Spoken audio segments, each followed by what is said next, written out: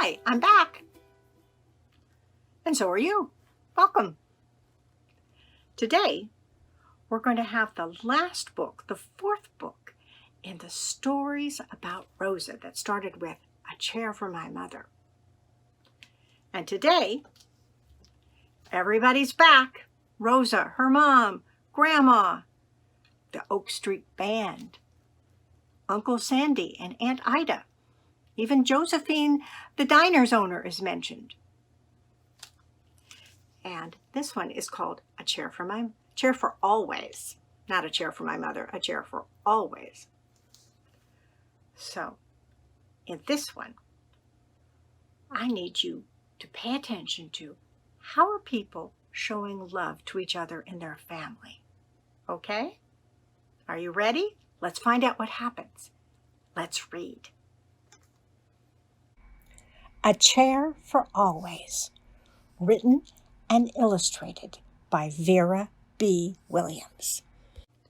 My mother worked so late at the Blue Tile Diner that Grandma and I fell asleep in our big chair waiting for her. Grandma woke a little around midnight. "Pussycat," she said, "look at us asleep in this chair like two mice in a nest. Go get in bed. Kids like you need to dream." Grandma tucked me in, same as she does every night. Right after I settled my head down into my pillow, she whispers, "Wait a minute," and pulls the pillow out from under my head. She plumps it up and holds it by her cheek. Then she tucks it back under my head. "There, now you'll dream good," she says. "Leave the door open a little," I always tell her. I get scared if I can't see down the hall to Mama's room. Then I fell asleep, but I woke up suddenly, early in the morning, before it was light. What a strange quiet, with everyone on our block asleep. I tiptoed down the hall to peek into my mother's room. There were her waitress shoes, right where she stepped out of them. And there she was, flopped on her side, with the bedspread pulled up over her shoulder, like always when she comes home late.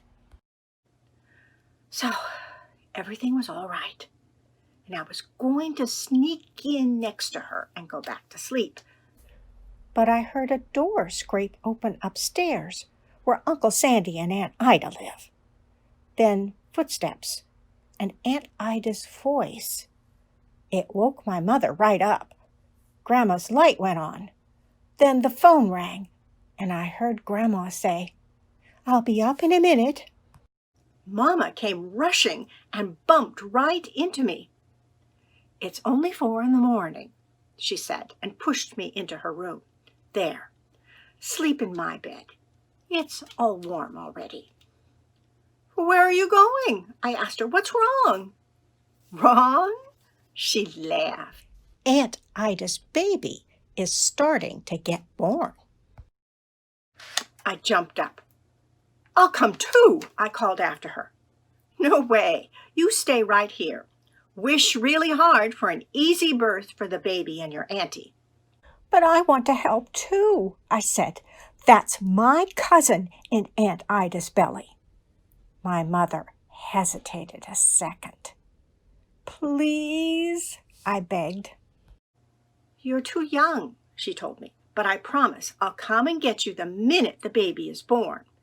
And I need you to do an important job. When the alarm rings, call Josephine at the diner. Tell her I'll have to be late. Explain how the baby is being born at home, so I need to help my sister." I slept, and I didn't sleep. I held my teddy bear. He's slept with me since our house burned down. That's when we moved in here with Aunt Ida and Uncle Sandy upstairs. Aunt Ida is a singer. She helps us with our band, the Oak Street Band. I reminded Teddy Bear how Aunt Ida was always saying we needed a guitar in our band, and joking how she would give birth to a baby who would be born knowing how to play the guitar. Then there could be 5 of us. Me on the accordion, Leora on the drums, Jenny on the violin, May with the flute, and Baby on the guitar. I heard someone ring the front doorbell. I knew it was the midwife, come to help the baby get safely born. There had been many arguments at our house about whether it was better for the baby to be born at home or at the hospital like lots of babies. But Aunt Ida wanted the baby born in the midst of her family, in her own house. She said she would go to the hospital for sure if there was some kind of emergency. And you can believe Uncle Sandy had the car ready just in case. I dozed off, wondering whether maybe it was twins. Aunt Ida's belly was so big. But my mother had explained to me how when I got born, her belly looked as big with just tiny me, who had weighed in at 6 pounds, 1 ounce. I was startled when the alarm went off. Then I remembered, and I called up my mother's boss, Josephine, to give her the message. "Oh, honey, wish your aunt good luck from me," she said. "And Rosa, don't be impatient. It can take a long time to get born." "How long?" I asked her. "Well," she said, "my first baby took 24 hours, but the second took only 4. He came fast." I could never wait even 4 hours, I told Josephine. Josephine knows me. Sometimes I help out at the diner, and Josephine pays me. That was part of the money we saved up in the jar to get the wonderful armchair for my mother, after the fire had burned up all our furniture. And there was that same chair, still right there in our living room. I decided it was very important for me to get out of my ma's bed and to wait right in our chair. Our chair is a lucky chair. I would sit in the chair and imagine. I am a very good imaginer.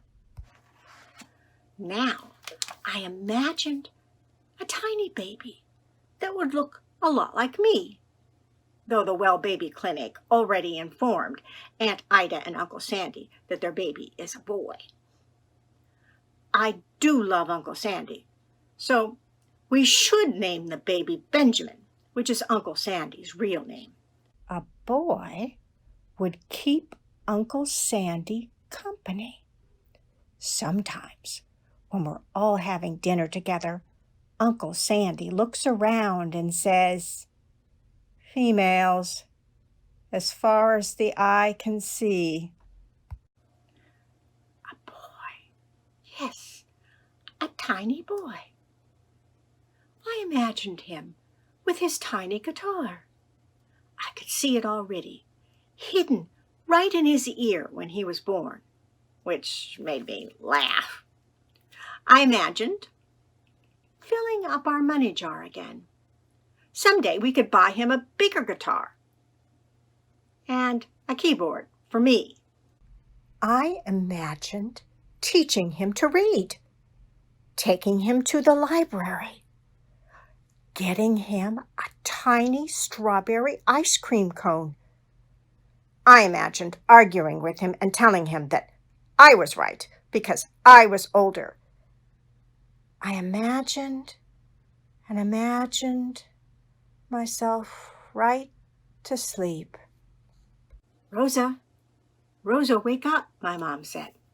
And she pulled and pushed sleepy me up the stairs to meet my brand new cousin. And there he was. Aunt Ida looked so happy. Uncle Sandy looked so happy. Mama looked happy. And my grandma looked super happy. Our midwife looked happy too. So did the bed, the chairs, the table, the window, the loaf of bread on the table, the cups and saucers. Well, and me, of course. Of course, me, Cousin Rosa, who was so lucky to be right there when a completely new human had just been born. I ran up and down the stairs all those next days, visiting the baby and helping Aunt Ida. She showed me how to hold him so his head didn't bobble. I helped Uncle Sandy bathe him. Those 8 pounds, 4 ounces of him were very slippery. I told him the story of how we got our chair. I could tell I was going to love telling him stories. Then my friends Leora, Jenny, and May from the Oak Street Band came over to see him. Leora said we had to wash our hands, and then we squinched into the chair. Aunt Ida put the baby on my lap. May got out her flute and played him a lullaby. It was beautiful, but my grandma was not content. You know, she said, that chair is getting worn out. It used to be a chair for your mother. Now it's a chair for you and your friends and for little Benji. I think the chair should be all clean and new for my new grandbaby. Grandma was just itching to reupholster that chair. Once, even before Benji was born, I saw her standing in front of our chair with big scissors and a lot of fabric lying all around. Oh no, you can't change our chair, Grandma. It's perfect just the way it's always been, I told her then. But now the seat gets damp from baby Benji's wet diaper. The cushion is worn and faded. So, we just made a new cover for the seat and back cushions. Then Uncle Sandy and I took a bunch of photos. But Grandma went right on muttering, and I could tell that even my mother began to have secret thoughts. One Sunday morning she said, "Rosa, what do you think? Maybe now with my pay raise we could save up enough money to buy a brand new chair?" She was looking at the Sunday paper furniture sales. But I had to tell her, just as I had told Grandma. No, absolutely and positively no. This chair is going to last forever, and I don't care about stains. Then, when I grow up and Benji grows up, and you are maybe a grandma, and Grandma turns into a great-grandma, then her great-grandbaby can sit right here in this same chair. My mother was laughing. I had to give her one of my very serious looks. Don't you even care about history? I asked her. Don't you even remember how you brought home the jar? And how we saved all those quarters and dimes and nickels, even pennies? And how we started the band? And how the money we made with the band went into the jar too? Oh, she said, you always want everything to stay just like it is. But maybe someday we'll move. I'll surely get old. Grandma will get even older. Benji will get big faster than you think. And you will grow up. And who knows what you'll do? Maybe you'll even become president and move away to the White House in Washington. Everything changes, you know. But not this chair, I said. I ran my hands over the beloved velvet roses on the arms. Not this chair! And wherever I go, this chair goes too. Mama gave me one of her famous exasperated sighs. How come you think you know that? She asked. Because, I said, because my name is Rosa, and there are things I just know. This time my mother didn't sigh. She gave me one of her famous hugs. Rosa, Rosa, she said, you sure do say the strangest things. And then she whispered in my ear, so close it tickled. But I love you best of all. The end. As you know, we've been, with the Rosa stories, we've been thinking about how do we show love to each other, right? Well, because remember, what are those things? What are those things we're trying to remember? Oh, yeah. Love the Lord your God with all your heart, with all your soul, and all your mind. And what's the second? Love your neighbor as yourself. Well, we've been doing the love their neighbor, but how do we love ourselves? Next week, we're going to have a story about a boy called Tyler, and one of his best friends has a interesting way of always saying that he does things better than Tyler. He can do anything better than Tyler. And Tyler starts to feel really bad about himself. So next week, in this book, we're going to find out, what does Tyler do to fix that problem? So, we'll see you next week. We'll read a new story. And you'll get through another week of school, right? Okay?